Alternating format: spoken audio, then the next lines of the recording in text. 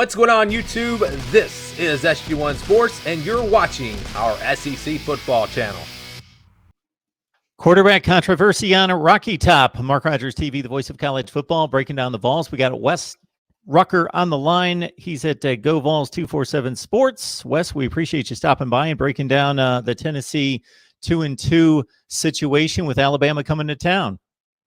Yeah, it's nice to be here. It's not maybe what we would have expected from Tennessee after the first couple of weeks. Certainly the way things went at Georgia, not necessarily a shock. Tennessee showed the upgrades it's made in talent. It made some nice plays there in the first half, and then in the second half, we sort of read this book and seen this movie before. Some collapsing there on offense, some turnovers, and then that carried right on over into the first half against Kentucky, and here they are at 2-2.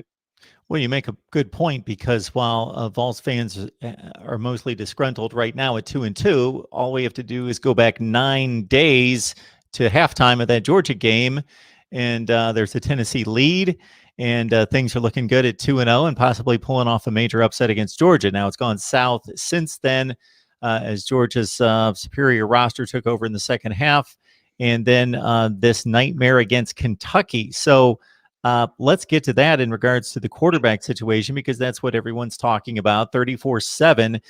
Jeremy Pruitt, as you well know, and being right there covering the team, and every word coming out of his mouth, he was actually breaking down the play-by-play and saying, hey, we made more positive plays on offense than we have the last few weeks. We're actually making improvements. If you look at the box score and take away the turnovers, which of course you can't with 2 pick sixes, Tennessee outgained Kentucky. Just what's your thoughts on the performance against Kentucky, taking away the score and some of the huge gaffes? Well, it's two things can simultaneously be true, right? On one hand, if they are executing on a larger percentage of plays, that is a good thing. However, it doesn't really mean anything when you turn the ball over consistently, and not just turn the ball over, just catastrophically do it. Tennessee has had several, pick sixes, fumble sixes, turnovers deep in their own territory. They seem to really self-destruct when things fall apart. I mean, they don't rally around the flag, so to speak, and kind of get that thing tightened up. The defense, I think, to its credit, has done a really good job in those sudden change situations. But when the opposing defense puts it into the end zone, that doesn't really matter at that point. There's nothing they can do about it. So, it's interesting because we have seen this for years with Jarrett Guarantano, and I think it's so easy to point the finger at the quarterback when it's so much more complex than that. There's so many issues that go into this. But at the end of the day, he's the quarterback who has been responsible for a lot of really horrible mistakes that you can't have. So it's frustrating because, in this league, it's difficult enough as it is. You're trying to play catch up. And when you do things like you do against Kentucky, that was almost the only way Kentucky could win that football game. And people might look at the score and go, well, obviously, I mean, they blew them out. Not in total yardage. That game, when you watch, Tennessee kind of capitulated there in the second half, or there, especially in the fourth quarter. But Kentucky did not have, I don't think, as much talent as Tennessee. I think Tennessee just sort of self-destructed. And when Tennessee let Kentucky play the way it wanted to play, that was the ball game there. Because if you get up by a score or two on Kentucky, not so difficult to beat the Cats. If they get up on you by a couple scores, the way they run the ball, the way they melt clock, the way they kind of grind you out, it becomes a different ball game. And that's Tennessee just made mistakes you can't make.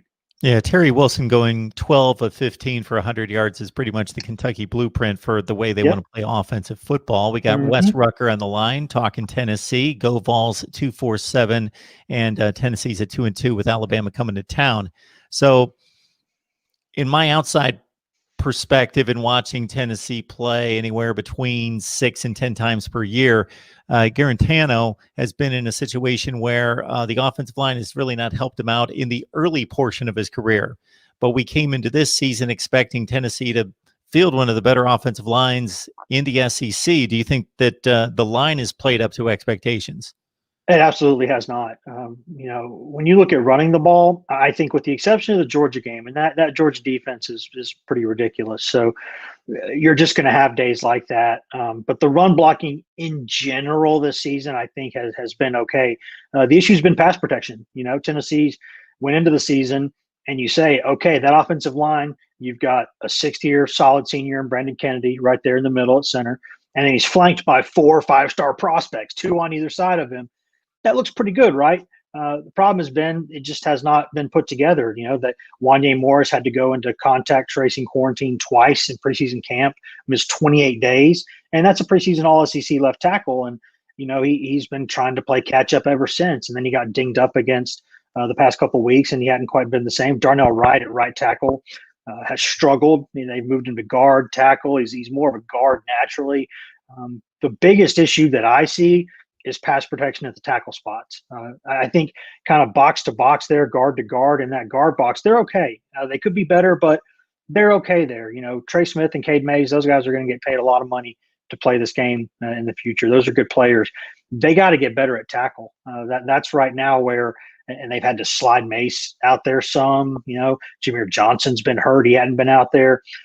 They've had some issues. So I don't want to sit here and just completely throw them under the bus. But when you look at their actual pass protection numbers, they're not great in terms of pressures allowed. They've been one of the worst offensive lines in college football so far this season in pass protection, and that's just purely statistical. That's not any kind of subjective analysis. That's looking at the pressures they're giving up. So they got to get that straightened out, or they're going to be in trouble. The subjective analysis has shown us for years that the team that wins the turnover battle wins the game. And if it's decided, it's 85, 90% of the time. And so to your point about executing the small gains of 5 and 6 yards, they're wiped out when you're throwing 2 pick sixes. And for Guarantano, based on at least what I saw, the one throw to the right sideline was just a classically underthrown late out route in which the corner was able to beat the wide receiver to the ball and then take it back the other way. And then the other one, he's scrambling, he's running to his left and probably just did not see the linebacker underneath and threw it right to him. So we're in a situation where I was kind of leading into this before in regards to the offensive line, where I thought they let him down early in his career, but they're from a talent perspective, it's been just an upgraded position. And now we got JT Shroud, who played some against Kentucky, and Harrison Bailey, who comes into the game as a freshman, who obviously doesn't have the reps under his belt. So what do you think is going to happen to this quarterback situation, how it's going to be handled versus maybe how you would handle it? Well, it's always so easy from the outside looking in to say how you would handle a situation. And I'll give you my opinion, but I'll throw that caveat out beforehand that, obviously I'm not the head coach. I'm not paid in that stratosphere. That's not what I've been trained to do necessarily. But I'll say this, that they have tried really hard to keep Guarantano in the lineup because they don't know those other guys are ready yet. But my answer to that would be, what would be the worst case scenario? 2 pick sixes in 3 minutes, because Guarantano just did that. So, the book on how to play Guarantano is out there. At this point, especially with Tennessee struggling at the offensive tackle spots, pass rushing or protecting the passer, I should say. All you got to do against Tennessee right now is try to get a score early, try to get up a little bit, and then you rush with just front 4, because you can get to the quarterback doing that. And you drop everybody else, 6, 7 guys back in coverage and put them in a zone. And Guarantano will not read that correctly at some point during the game. And that's been the problem, is that they can't really pass protect on the perimeter there. So they're getting pressure from the outside and they're dropping everybody back. And Guarantano's having a hard time sometimes knowing where to go with the ball. You should never in a million years throw an out route 50 yards in the air on a 3rd and 4. That's just, I am not an offensive coordinator. I think Jim Chaney is a really good offensive coordinator. I hope that wasn't the primary thing to do on that play, because that was just not a good look. But what I would do now, if I'm Tennessee, I would try to go into this game, and I would say Guarantano has proved before they can come off the bench. He's proved that he's resilient. He's been there for 5 years. He may not need as many reps as everybody else during practice. I would start getting the other guys ready. I would go into this game against Alabama, and I would play Shrout and Brian Maurer early if they were ready to go. And then if they weren't playing very well, but the game is still kind of close, maybe you go with Guarantano. If those other 2 are not doing such a good job and the game's out of hand, we'll get Harrison Bailey in there and get him some reps. So I understand the arguments to just throw Bailey out there and see what you've got. But this is a kid who enrolled in January, but then didn't get spring practice. They had 2 spring practices. That's it. And then they had a weird off season, couldn't do a lot.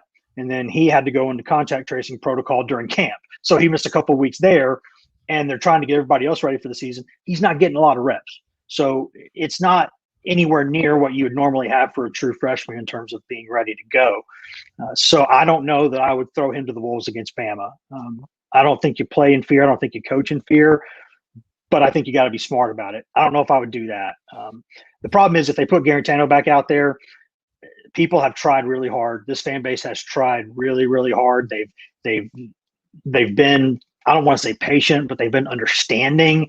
But if you keep throwing number 2 out there, you're going to cause a riot at some point.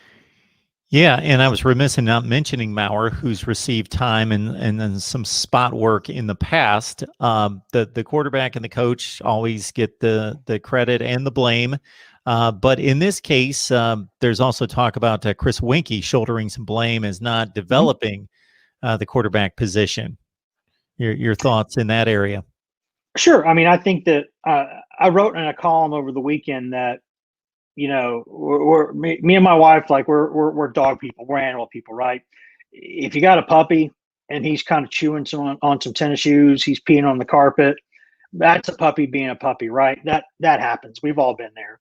If you've got a 5-year-old dog peeing on the carpet and chewing on your shoes, you don't blame the dog at that point. That's just common sense. Now, is it simple to say that this is all on Guarantano? No, I think he is what he is. I think the problem is, what other alternatives do they have? This is the 3rd year of this regime now, 2nd year with Chaney as the offensive coordinator, Winky's still the quarterback's coach. They've had some continuity here. They've had a chance to sign and develop some guys. And if Guarantano's out there doing what he's doing and struggling, and you don't feel like you have a viable alternative, that to me is the problem. It's not necessarily that you couldn't work a miracle with Guarantano. Okay, it happens. Sometimes guys just aren't as good as you think they are. The fact that you don't have other options, that's where the concern comes into play. And I know it's been a weird year with COVID. I don't want to deny that, because it has been, but this has been a few years now. It's the same song, different verse.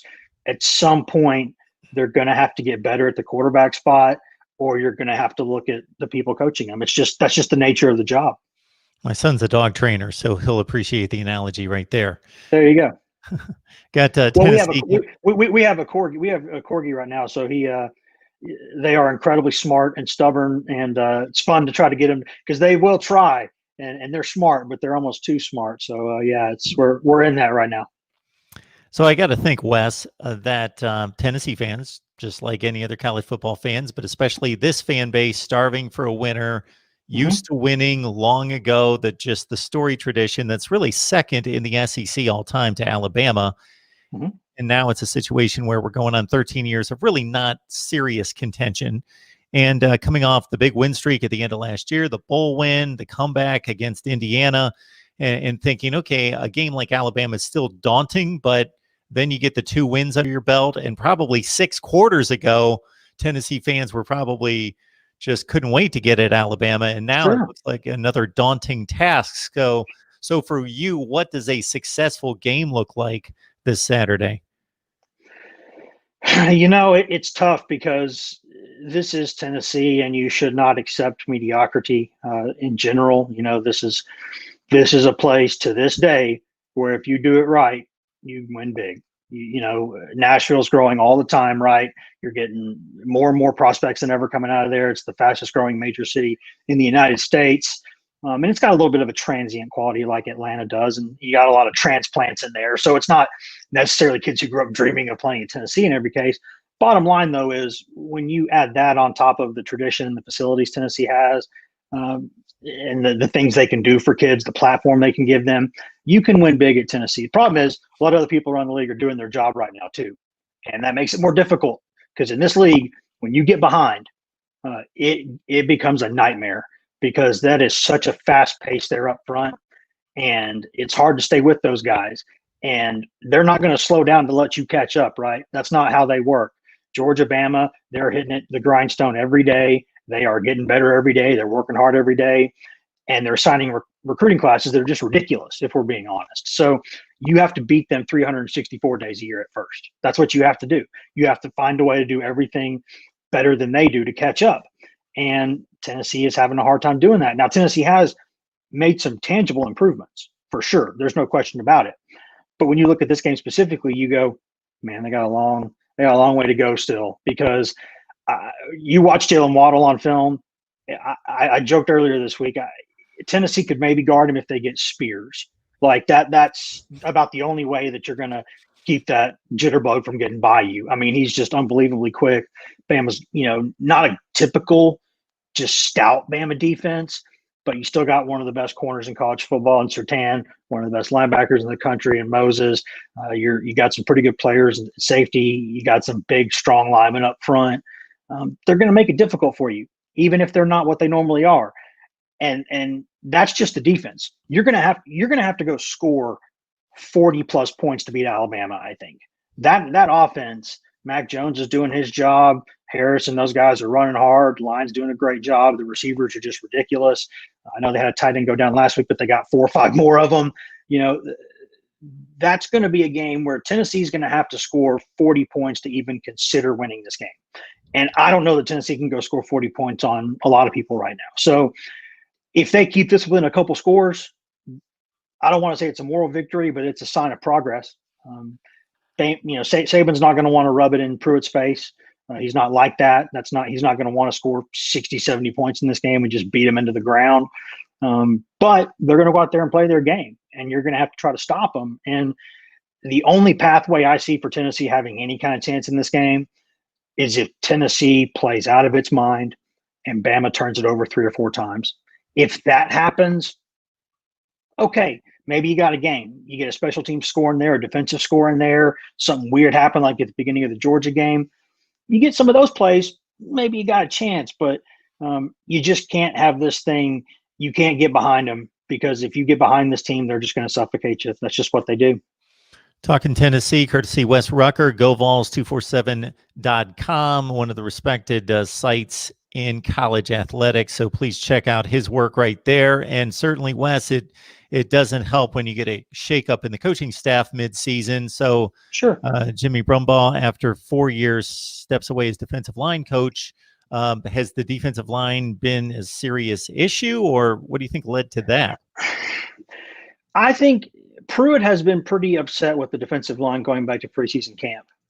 He's not been happy with those guys, because even when they lost Emmett Gooden, he had an off-field incident in the offseason and had to be dismissed. They still brought back, half a dozen or so seniors up front there. And these are maybe not household names, just absolute stars, even though Aubrey Solomon was a 5-star prospect. These aren't like first-round type pick dudes, but they're guys who are big, strong, physical, and have experience in this league. And last season, they may have been the most pleasant surprise on the roster. And then almost all of them came back. So, yeah, I mean, Tennessee thought it was making an upgrade there, defensive line, replacing an old war horse and Tracy Rocker with a younger guy who maybe could coach them pretty well and recruit more actively on the trail. I get why they did what they did. And in all candor, I'd covered Jimmy Brumbaugh at his first coaching job at Chattanooga years ago. So I know the guy has got respect in this business. But it just did not fit. There was something about that was not right. And Pruitt, the defensive line's not been one of their top 3 or 4 or 5 problems, but it's not been great. And I think he thought it could be better. And that was clearly some disagreements on how to move forward there. And Jeremy Pruitt's the boss, so that's what you're going to have. And what's interesting now is that Tennessee's got the highest paid defensive line coach in college football, because Jeremy Pruitt's coaching the defensive line the rest of the season. Now, he was one hell of a defensive coordinator, one of the best in the country, if not the best in the country.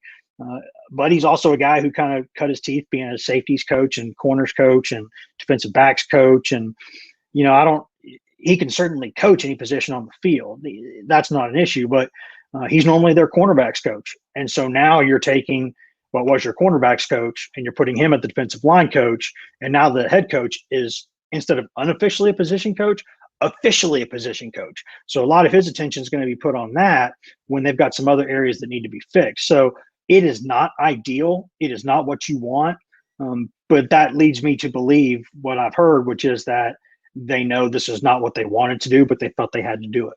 So you can put 2 and 2 together on that. Something wasn't right, but it's certainly not ideal. I think the defensive line will probably play a little better with Pruitt coaching them, but he's certainly going to have his attention pulled in a lot of different directions now.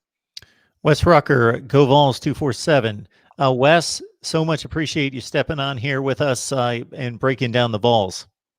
No problem. Anytime. Happy to do it.